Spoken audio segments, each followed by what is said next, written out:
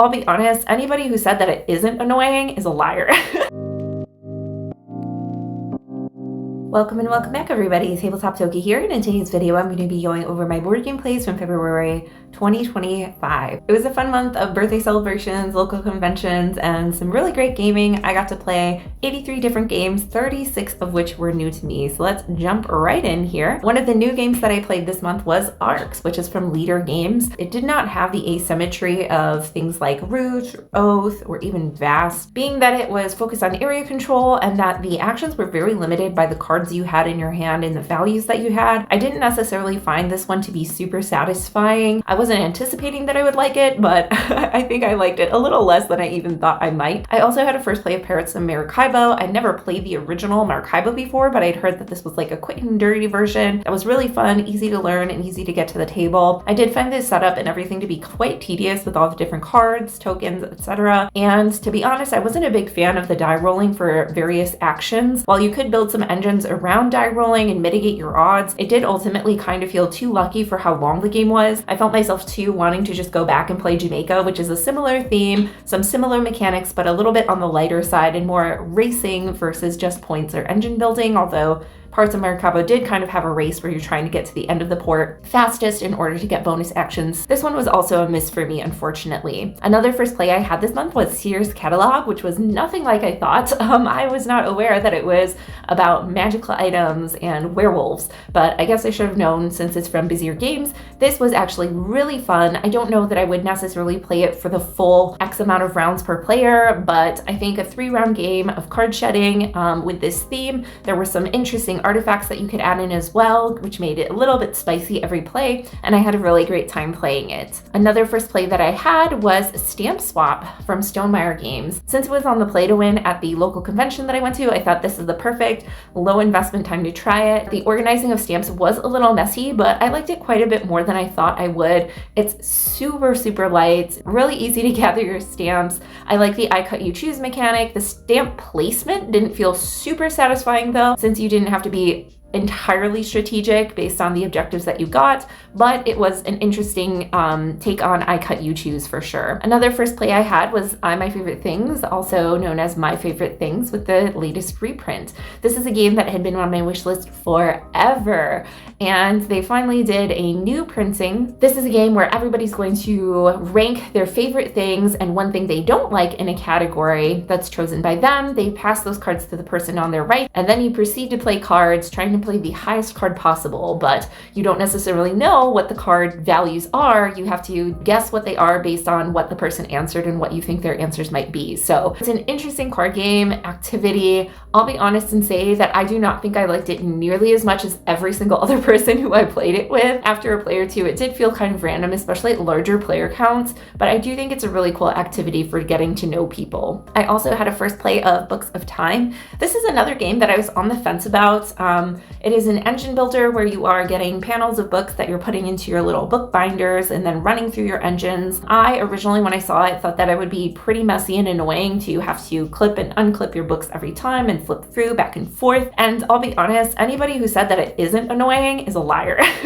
That was super annoying to have to do. I even didn't like bind mine the whole time and was just inputting pages and flipping them one at a time, and that still felt tedious. So I really didn't enjoy this one as much as I could have. I also felt like the ability to like run your engine back and go forward was very limited based on the game length and how many pages you were collecting. So it felt less connected than I would like from beginning to end, and the components were quite messy. So this one was pretty much a pass for me. And moving right along, I also got to play Brew at the convention. This is one of the games that I liked a little bit more than I thought I would. You're rolling dice to get resources that will help you craft potions and gain cards that you can then release like your tamed animals into. When this first came out, I was really excited because the art was really cool and I liked the sound of it. But when I heard that it was area control and that it wasn't as fulfilling as people thought, it went down to like the bottom of my list, out of my mind. But somebody brought it to the convention we were at and I got to give it a try, and I liked it quite a bit. I don't know if I liked it enough to add it to my collection, but it was pretty fun. I also got to play Mischief Volume 2, which features 4 new factions. The 2 factions that I got to try out so far were the fairies and the gargoyles, which was really fun. They add all new mechanics for how you can mix things up in the garden. They also added some rules changes, so it's a little bit easier to gain momentum and gaining points. So instead of losing points, if the garden keeper in this case catches you on your turn, your opponent gets a point. So it's a lot easier to get up to those 10 points than it was in the original volume. Tyrants of the Underdark is another first play from this past month. This is a deck building game with some area control where you are sending out your forces on the map and trying to control different cities, locations, etc. for bonuses, as well as get points in your deck. It had a lot of solid deck building mechanics, and while I'm usually not a huge fan of area control, I did much prefer this to something like Risk or other games where you're rolling dice. So that ability to like build your deck up in order to get the actions you need to conquer certain territories was actually pretty fun. Cities was another first play for me. We got to play this at 4 players, which I had heard that was like the ideal player count. It was a tile laying game where you're drafting different elements that are going to go onto your board and you're building up your city. While it wasn't bad, there wasn't anything that necessarily stood out about it that like really put it up over other games with similar mechanics. There are definitely some tile laying games that I love from Phil Walker Harding that really take the cake. And this one I would say was like pretty mid-tier for me. So not great, but not awful either. Another first play was Art Society. This was another one I got to try at the convention. It was very similar to Stamp Swap, where you are bidding on these little kind of pieces that you're putting onto your grid, but instead of doing I cut you choose, you have bidding cards that you're playing based on the values you'll get first, second, third pick. Stamp Swap, I really liked the front end of getting to select your tiles and doing the I cut you choose mechanic, but not so much placing them. Art Society was really the opposite, where you had to have some really clever placements to fill out your board, but the initial kind of rah-rah of bidding on each of your pieces or choosing which pieces to put out as like the collector for that round felt a lot less satisfying. So it'd be great to see a game that utilizes both of those things and kind of puts them together. Digsaw was another first play for me, and this was a sleeper hit. I love this game. So this is a game where you're going to roll some dice, and based on the die value and color, and you are going to cut a line out of your hexagon of that, and you're trying to excavate artifacts by getting them isolated. This had some really cool combos. I loved the feel of like really cutting your paper, getting those artifacts, isolating them, getting bonuses where you could get little combos. It was just super fun and very innovative, very different from anything I've ever played. It does go from level 1 through 5, so I'm really excited to get a copy and try some of the more challenging levels in the future. Hi-Fi was a play, and that was the complete opposite. This was a pass for me. Definitely a game where they focused on the production and aesthetic of the game and not so much on the mechanics. It was basically a set collection game where you're getting sound wave cards and objectives and trying to play them. It was really honestly a miss for me. If it wasn't that I was playing with new people in that setting, I definitely would have ended it early. Dickory is a 2-player card shedding game that I got to try on BGA that was really interesting and fun. In order to get more cards into your hands, you had to pull from a central pool, but as you pull more cards, you obviously get further away from your goal of emptying your hands, and you reset the high value card either from 1 through 12, so whatever's showing on the end there. It was really thinky. It went on a little bit longer than I think I would have liked, but I think with subsequent plays, it would feel a little bit more intuitive. Definitely very innovative as far as like 2-player ladder climbing games go. Somnia is another small card game that I got to try this month. Although I really liked the idea of how the points work, the scoring, it did seem a bit fiddly, so there are several qualifications for scoring. It's like, first, if somebody wins 0 tricks, then they lose a life point. But if nobody lost any tricks, then it's whoever has the highest loses a life point. Nobody has the highest, it's like, then if players are tied for points, they lose a trick. Like, there were a lot of different weird levels that weren't super intuitive, but it definitely made for some interesting choices in like getting points versus negative points. In addition to that, I will say that the scoring overall was not my favorite, where everybody starts with a certain amount of life points, and then once somebody loses all their life points, whoever has the most wins. It was not very concise, especially with more players where you have those life points spread out. The game could go on way too long, so I think like a set number of rounds or something like that might be better, but overall it was an interesting delve into a new way of scoring trick-taking games. My Life Be Like was another first play that I had. I'll be honest and say this one wasn't my favorite at all. It was really just kind of like a bidding game where then you're moving up a point track, getting collections of sets for some different types of cards that score different ways or might give you like a one-time ability. It was all right. I thought the theme was very charming, the art was very charming, but in that regard it did remind me of a game from Homo Sapiens Lab, I believe it's called My Life, and that was a game with this theme and kind of similar kind of cartoony, simplified art style that I liked a lot more. So my brain just kind of kept going back to that and wishing I was playing that instead. Parachute Panda was definitely a kid's game. So take that mechanic, you're moving your pandas down, dropping pianos on them, trying to get the opponent's pandas to be eaten by the alligators as quickly as possible. It was fine. It wasn't great, but it had a fun theme. I also got to try 20 Strong finally, which is a solo game from Chip Theory Games. While it was fine, there wasn't anything that stood out about it that really made it feel like it was a tier above the rest in terms of solo games. Like we've seen working down decks, we've seen tracking objectives, rolling dice to combat enemies, getting items, etc. Like they were all things that I've seen in other solo games. The pack that I did play through was Solar Sentinel, so there might be some benefits to other packs, but based on the fact that they're all this central system of 20 Strong, like I don't think there was enough in the system or enough that any one particular expansion could do to bring it enough out of that system without redesigning like the whole system to make it feel new and exciting and innovative. So that was my take on 20 Strong. The String Railway Collection was another first play for me. I thought that this was very charming, using actual strings to connect your railways. I think that the base game was very light and definitely felt, I wouldn't say gimmicky, but it definitely relied on that for some of the fun and enjoyment factor because the scoring was so tight. It was hard to really feel very clever, but I'm very excited to try String Railway Cube, which comes with the String Railway collection and has some really cool pick up and deliver mechanics incorporated and looks a lot chunkier overall. So stay tuned for that on a future video. And we also had a first play of Slaughter the Dragon, which is a trick-taking game, again with some new unique mechanics where you're trying not to get cards of one suit, but every trick that you win gains you a dragon scale, which is 5 points. And if you are the person to win the last trick, meaning you'll probably get a lot of negative points, you get the dragon head, which also allows you to swap out some of the cards from your hand with some of the cards that were out of the round from the previous play. So you get some more information going into the next round as well. Very interesting. I'm not sure how much I enjoyed it, but again, it really stretched my brain to try to think about trick taking in a new way, and I'd definitely be down to play it again. Great Plains is a 2-player game with some area control. It feels very abstract where you're placing out your little pawns, getting different types of upgrades, the bear where you can push the other player's opponents, or the eagle where you can jump over mountain spaces to place.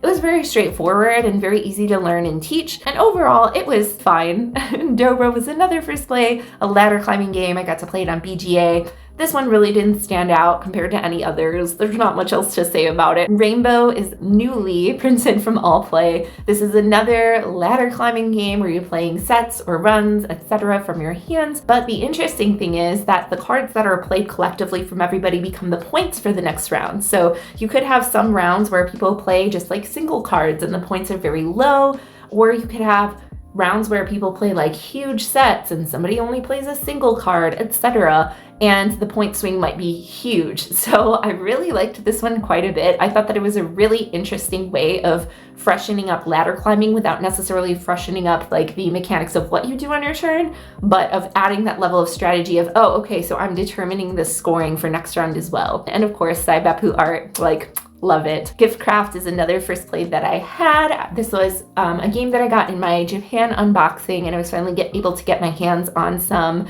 English cards since there is quite a lot of text on this one. It is much more concise than I thought it would be. Basically, you're going through a couple rounds of drafting in order to get materials for various different scorings and little interactions that you can have, and to craft your single most valued plushie for the king, who loves plushies, obviously. I just really loved this like very concise experience. The fact that you're only gearing up to craft one plushie makes it really special, because then every play you have new plushies to choose from, and it's not like a couple of plays and you've seen the whole game. Like, you're always going to have different combinations. It was concise enough and easy enough to teach and straightforward. And again, the art and theme for me were just very endearing. So this one was a really fun one. Charge and Spark is a 2-player bluffing game. Again, I got this one in my Japan order, which I did an unboxing stream for. I love the theme and artwork of this one. It's just a very concise 2-player back and forth, trying to move forward, attacking each other, blocking. But there are some cool elements like upgraded cards, which you can get as you progress forward, and different win conditions of either getting to the center space or defeating your opponent by reducing them down to 0 hearts. Just a really charming little bluffing game. Box Top Pinball is a dexterity game. I've heard that it's like tumbling dice, although I haven't played that. I really loved being able to flick your dice down the rows and score different objectives, hitting some of the different bonuses, landing on the summon space, which got you more dice. I just thought this was a very interactive, kinesthetic game, and I really am looking forward to some of the new ones that come out. District Noir is a 2-player card management game with some interesting drafting. I had heard great things about it. I believe it's also on BGA. This one was really fun. I think I have to play it a few more times to really get a grasp on what about it I like so much, but I'm very eager to get it back to the table for sure. And then we had another small box game from All Play called Prey. This is another trick-taking game where you roll 2 dice and you're trying to get the value of one of the 2 dice in order to get a win in terms of the amount of tricks that you win. The catch is that after half of your hand is played, your cards flip over to their opposite side where they have the different values on them. So it's kind of similar to Milkuro, which I talked about in last month's wrap up, but this one felt a little bit more strategic because the numbers weren't completely inverse, like 1 and 44 or 2 and 43, etc.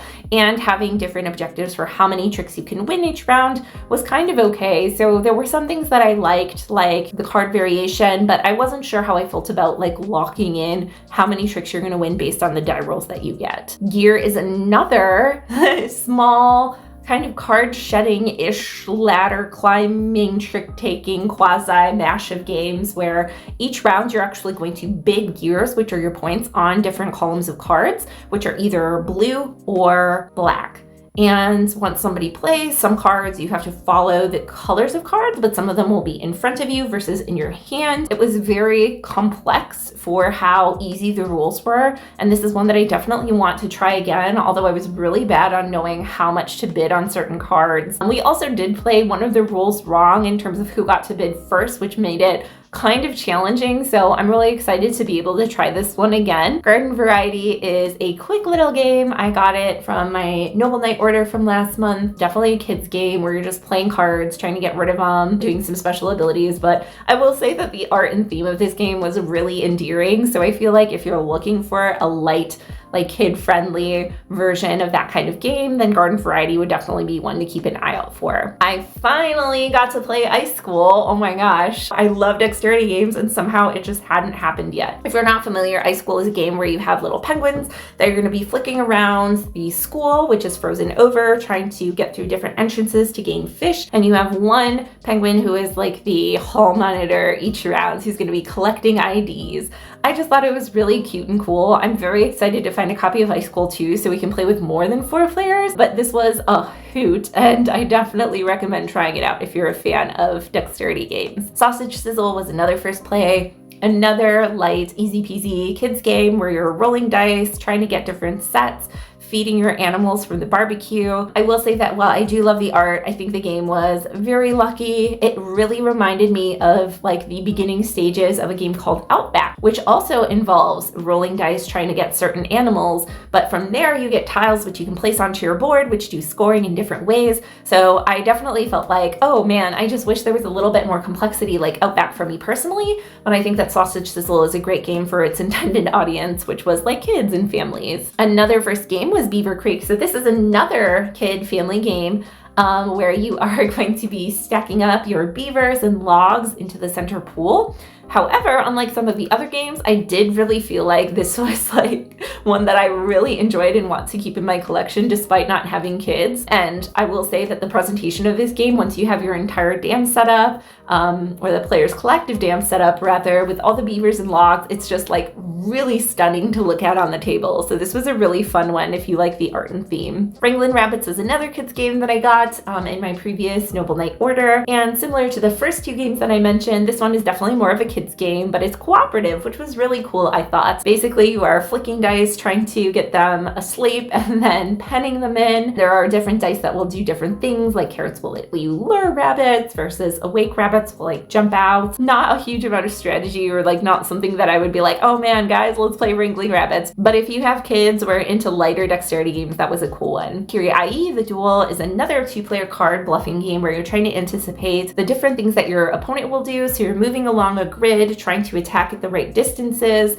with a little bit of back and forth. I thought it was very clever, although I did prefer the theming of Charge and Spark a lot more. I think that this one had a really beautiful aesthetic and is very travel friendly as well, and a great game. Runes of Lorne Keep, I'll be honest and say this was not a hit for me. Basically, you're flipping over cards, rolling dice, hoping that you get a good value. There's not a whole lot of engine building. Like some cards will trigger an ability, but there's nothing that really helps you mitigate dice over the long term. And then there's also cards that will mix up the entire grid, which is unfortunate because like the one thing that I felt like this game did have going for it was some of the memory mechanics of like, oh yeah, I think I could get this card if I go there now. But ultimately it was just rolling a d6 and hoping you got a good score. So that was definitely a pass for me. Overall, a really solid month of gaming. Again, 36 new games. That's more than one new game a day, which is pretty fun. I would love to know in the comments down below what your thoughts are, if you've been playing anything new lately, or if there are any games you feel I would enjoy or that I should check out and can feature on a future monthly plays video. Before we go, I do want to say a huge shout out to our channel members. Y'all are the best. Without you, we wouldn't be able to do anything that we do here. So